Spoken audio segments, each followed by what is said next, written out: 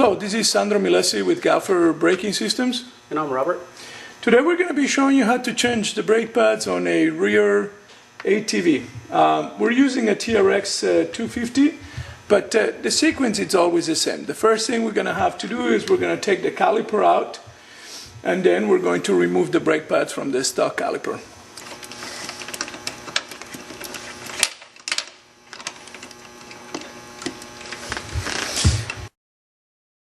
Okay, in this case, this caliper has two pins, so we're just going to take the pins out.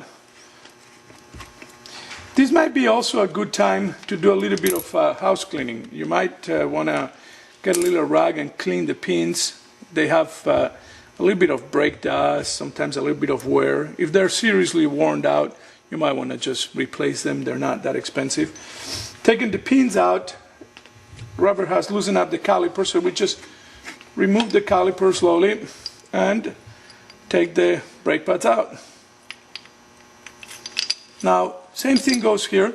If your pistons are very dirty, then you want to get a little bit of a toothbrush and a brake clean and just simply clean around them.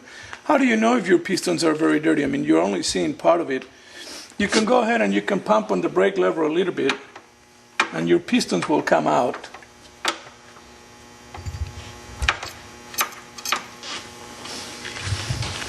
Once you see that your pistons are dirty or not, then you go ahead and clean them if necessary. Do remember, you got to push the pistons back down.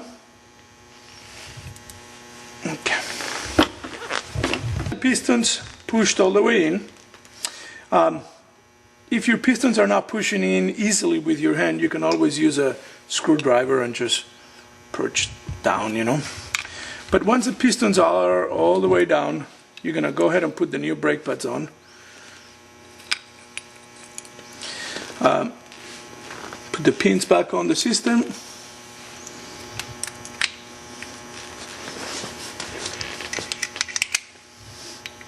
Do make sure that the brake pads are sitting in the proper position. This is one of the big things about changing brake pads, is that we don't want to rush ourselves and we want to make sure that we're putting it all right back where it belongs. You don't want to have a brake pad drop on you while you're riding.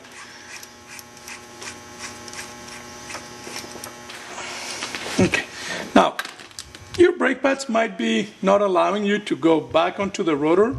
So what you want to do is you want to get a screwdriver and you want to push behind the backing plate and down onto towards the piston.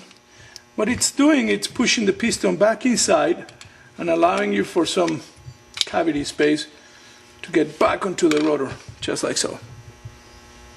You drop it back onto the rotor and you're ready to go. All you have to do now is bolt everything back up. How should we break in new brake pads? You want to ride the brake pads right at the beginning.